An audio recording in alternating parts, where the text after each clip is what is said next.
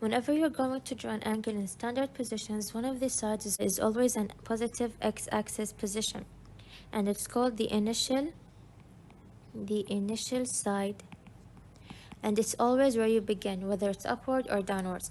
If you begin upwards, it's always a positive, downwards is always a negative. So I'm going to start by drawing my angle, starting from my initial side and stopping right here. Wherever you stop is called the terminal side.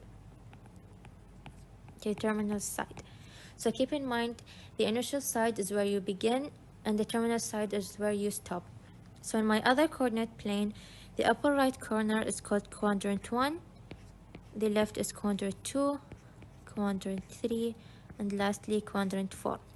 So whenever you're going to draw an angle, you're always going to start from 0. And if you go straight up, that's going to be 90, and add another 90 to it, 180, another 90 is 270, and another 90 is going back to 360. So a complete circle around is 360 degrees. Sketch the following angles in standard positions. So our first example is 60 degrees.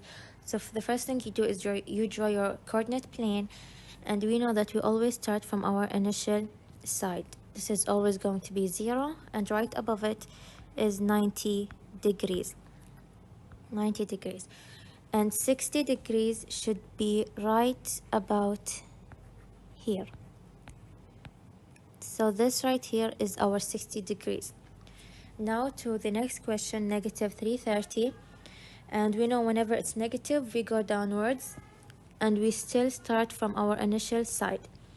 This is 0. Since we're going downward, this is going to be negative 90, negative 180, negative 270, and negative 360. So we start from initial side going downward and all around. So here, downward and all around. So our 330, negative 330 should be right about here. This is our negative 330 degrees. So now we're going to talk about quadrantal. Quadrantal is when the terminal side lies or lands on an axis. So for example, negative 450, we're always going to start from our initial side. So this is 0. Since it's negative, we're going to go downwards. This is going to be negative 90, negative 180, negative 270, and negative 360.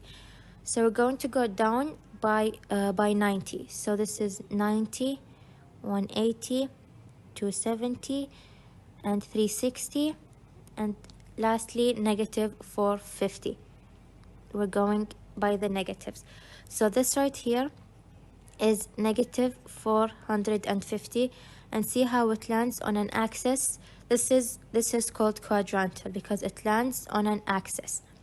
So now the other example, 180. It's always starting from our initial sides. We know this is 0, 90, and 180.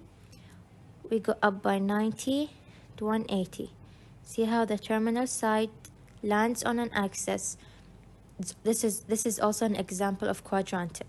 So this is our angle 180, this right here.